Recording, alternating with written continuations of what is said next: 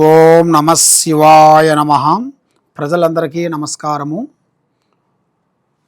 June నెల 2026. ఓం శ్రీ సమ్మక్కాయ నమ. ఓం శ్రీ సారలమ్మాయ నమ. ఓం శ్రీ మాత్రే నమ. మిథున రాశి వాళ్ళకి జాతక బలము ఈ నెలలో మరి ఎన్నో రోజుల నుంచి వీళ్ళు ఎదురు చూస్తున్న టయాలు మార్పులు కొన్ని రాబోతున్నాయి.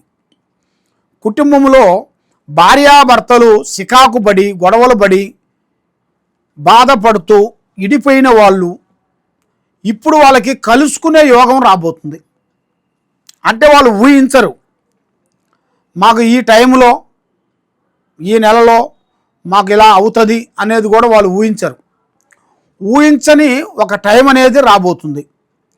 మరి భార్యాభర్తల మధ్యలో ఉండాల్సిన వైవాహిక జీవితంలో ఉండాల్సిన చిన్న చిన్న మాటల వల్ల మొగుడు భార్యాభర్తలు నా మాటే నెగ్గాలి అని భార్య ఆ ఒక్క మాటని దాన్ని పెద్దగా చేసి నా మాట నాకు ఇంట్లో యాల్వీ లేదా, అందువల్ల నేను నాకు యాల్వీ లేని ఇంట్లో నేను ఎలా ఉండాలి అన్నట్టుగా తప్పించుకుంటానికి ఎన్నో ఉంటాయి దాని మార్గాలు.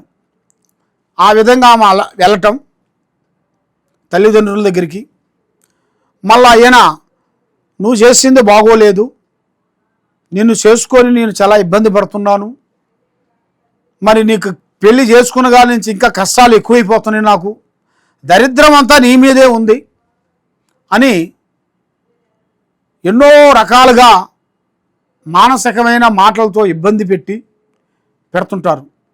కాబట్టి అలాగా ఆ చిన్న చిన్న మాటల వల్ల వాళ్ళ సంసారం అనేది ఇడిపోతుంది. ఆ సంసారం ఇడిపోయినప్పుడు వాళ్ళంతా మాట మీద ఆయనే రావాలి అని ఆమె ఎదురు చూస్తాం. ఆమె రావాలి నా దగ్గరికి, నేను ఆమె దగ్గర పోవటం ఏంటి అని ఈయన పట్టుదలతో కూర్చోవటం. ఇగో అనేది ఎక్కువగా పెరుగుతుంటుంది. ఆ ఇగో వల్ల చాలా చాలా చాలా చాలా వరకు ఇబ్బందికరమైన సమస్యలు అనేది చాలా వరకు ఎదురవుతాయి. కాబట్టి కొన్ని కావాలంటే కొన్ని వదిలేయాలి, అన్నీ కావాలంటే మనకు దక్కవు. కాబట్టి ఆ సమస్యని మనం తొందరగా పెద్దవాళ్ళతోని, మనకి మ్యారేజ్ చేసిన పెద్దవాళ్ళు ఉంటారు కదా, ఆ మ్యారేజ్ చేసిన పెద్దవాళ్ళ దగ్గరికి దాన్ని మాట్లాడించి దాన్ని క్లీన్ చేసుకోవాలి. మీరు కోర్టు దాకా పోయి పోలీస్ స్టేషన్ దాకా వెళ్ళి మీరు అంత దూరం పోయిన తర్వాత ఏమవుతుందంటే, ఆ పోలీస్ స్టేషన్ కానీ కోర్టు కానీ అంత దూరం పోతే ఏమవుతుందంటే, ఒక మనిషి మీద ఒక మనిషికి ప్రేమ ఉన్నా కూడా ఆ ప్రేమ అనేది పోతుంది. ఎందువల్ల? ఆ ప్రేమ అనేది దూరం అయిపోతుంది. పోలీస్ స్టేషన్లో నువ్వు పోలీస్ స్టేషన్లో పెడతావా, కాబట్టి ఇక నిన్నే పోలీస్ స్టేషన్లో పెడతాను నేను అన్నిటిగా వాళ్ళకి ఆ ఇగో అనేది పెరుగుతుంటుంది. అలాగా జమ్మని పెరుగుతుంటుంది అన్నమాట. అలా పెరిగే కొద్దీ ఒకరి మీద ఒకరికి కొన్ని నిజాలు కాకోకుండా కొన్ని అబద్ధాలు చెప్పుకోవటం, ఈయన మీద అబద్ధం చెప్పటం, భర్త భార్య మీద చెప్పటం, ఇలా చెప్పుకుంటూ ఇలా జీవితం మొత్తం కొన్ని రోజుల వరకు అలాగే కోర్టు చుట్టూ తిరుగుతూనే ఉంటారు. కానీ అలా చేయొద్దండి. తప్పులు ఒక తప్పు జరగకోకుండా ఉండదు. కుటుంబంలో భార్యాభర్తలకి ఏదైనా ఒక సమస్య అనేది వస్తుంది, రాకోకుండా ఉండదు. కాబట్టి ఆ సమస్య వచ్చినప్పుడు దాన్ని అప్పుడే పరిష్కరించాలి. రేపు ఎల్లుండు ఆవలెల్లుండు తర్వాత చూసుకుందాం తర్వాత మాట్లాడదాం అంటే అది చాలా బలపడిపోతుంది. ఆ ఒక్క మాట చిన్న మాట పోయి చాలా బలంగా తయారైద్ది. మరి అది ఆ సమస్య తీరాలంటే మళ్ళీ పోలీస్ స్టేషన్ దాకా పోవాల్సి వస్తుంది, కోర్టు దాకా పోవాల్సి వస్తుంది, రకరకాలుగా ఇబ్బందులు పడాల్సి వస్తుంది. మరి ఇలాంటి ఇబ్బందులు పడే దానికన్నా ముందు జాగ్రత్త పడితే బాగుంటుంది కదా. మరి మీరు ప్రేమించేటప్పుడు కూడా కొన్ని జాగ్రత్తలు పడాలి కదా. మరి ప్రేమించేటప్పుడు మీరు ఒకే అని ఆలోచిస్తారు, పెళ్ళి అయిపోయిన తర్వాత వాళ్ళ విశ్వరూపాన్ని చూపిస్తుంటారు. దానివల్ల ఎన్నో కుటుంబాలు ఎంతోమంది ప్రజలు ఎన్నో విధానాలుగా అర్థం కాని చిన్న వయసులలో పెళ్ళిళ్ళు చేసుకుంటారు కొంతమంది.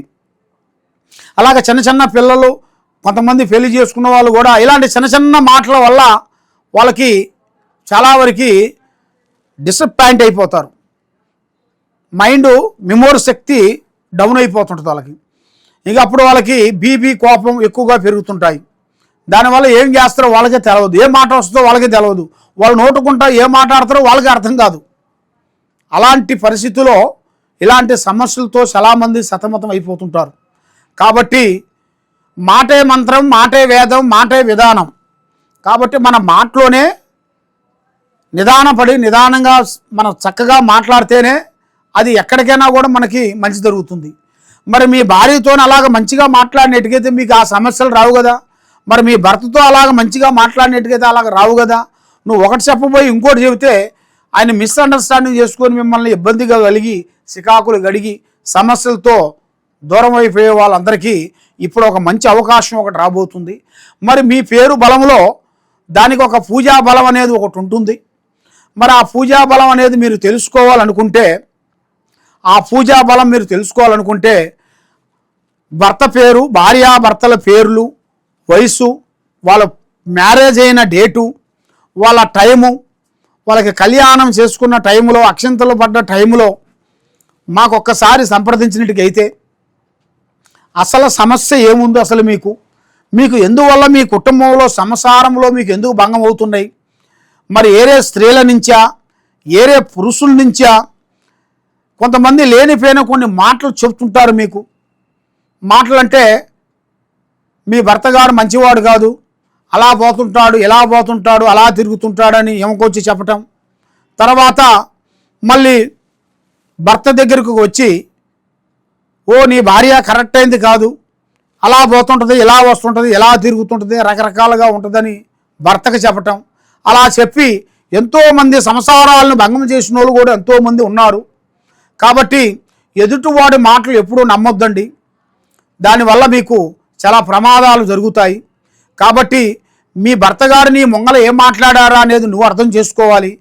మరి నీ భార్య నీ ముంగల ఏం మాట్లాడిందా అనేది అర్థం చేసుకోవాలి. కానీ ఎక్కడో ఏదో ఒక మాట్లాడిన ఆ మాటని తెచ్చి మీకు ఒకటి చెప్పిన దానివల్ల మీ కోపం ఎక్కువైపోయి మీ సంసారం అనేది ఇంకా దూరం అయిపోతుంటుంది. అలా దూరం కాకూడదంటే తప్పకుండా మీ డీటెయిల్స్ ఒకసారి మాకు పంపించినట్టుకైతే మీ సమస్య ఎలా ఉంది, అసలు విషయం ఏమిటి అనేది దీని గురించి మొత్తం పరిష్కరించేసి చూసి చెప్పగలుగుతాం. కాబట్టి మీరు ఎక్కడెక్కడో వెళ్ళి జ్యోతిష్యం చెప్పించుకొని నిరాశ చెంది ఉన్నారు. కాబట్టి తప్పకుండా ఈ కింద ఉండాల్సిన నెంబర్కి నాకు ఒకసారి సంప్రదించినట్టుకైతే మీ జాతక బలం ఎంతవరకు వచ్చింది, మీ యోగ బలం ఎంతవరకు వచ్చింది, మీ స్థాన బలం ఎంతవరకు వచ్చింది, మీ ఎడ్యుకేషన్లో ఎంతవరకు ఉంది, మీరు చేసే ఉద్యోగంలో ఎలాంటి లోపాలు ఉన్నాయి, మరి మీ కుటుంబంలో భార్యాభర్తల మధ్యలో ఎలాంటి సికాకులు ఇబ్బందులు ఎలాగ ఉన్నాయి అనేది జాతక చక్ర గణితం వేసి జాతక కుండలు వేసి చూసి చెప్పగలుగుతాం. కొన్ని జాగ్రత్తలు కొన్ని పాటించుకోవాలి. మరి ఏ కార్యక్రమం చేసినా ఎక్కడికి పోయినా కూడా కొద్ది జాగ్రత్తలు లేనిది ఏ పని కాదు. అన్న మనవాడైనా తమ్ముడు మనవాడు కాదు, వదిన మందైనా అన్న మనవాడైనా వదిన మంది కాదు. ఆ విధంగా ఏ పని చేసినా ఎక్కడ పోయినా కూడా కొన్ని జాగ్రత్తలు కొన్ని తీసుకోవాలి. ఎప్పుడు మనం అసార్థగా ఆలోచిస్తామో దానివల్ల ఏమవుతుందంటే సమస్య కాకోకుండా ఇంకా లేనిపోయిన సమస్య కూడా కొన్ని ఎదురవుతుంటాయి. కాబట్టి మరి శ్రీ సమ్మక్క సారలమ్మ మహాశక్తి పీఠము, మేము శ్రీ మేడారం సమ్మక్క సారలమ్మ మహాశక్తి పీఠము, ఇది వన సంజీవులు. శ్రీ మేడారంలో మేము మాఘశుద్ధ పౌర్ణమి రోజున శిలకల గుట్టకెళ్ళి ఆ గుట్టలో మేము తపస్సు చేసి, తపస్సుతో పూజా బలం చేసి, పసుపు కుంకుమ వేసేసి మేము వేరుని తీస్తాం. అది ఈ వేరు వచ్చేసి సభా వేరు అంటారు. నరదిష్టి వేరు, కన్ను దిష్టి, ప్రజాదిష్టి, కుటుంబంలో మనశ్శాంతి, ఆరోగ్యము, చేయాల్సిన కార్యక్రమాలు అన్ని విధానాలుగా బాగుండేట్టుగా ఈ వేరుని మేము పూజా బలం చేసి ప్రజలందరికీ ఇస్తున్నాము ఫ్రీగా.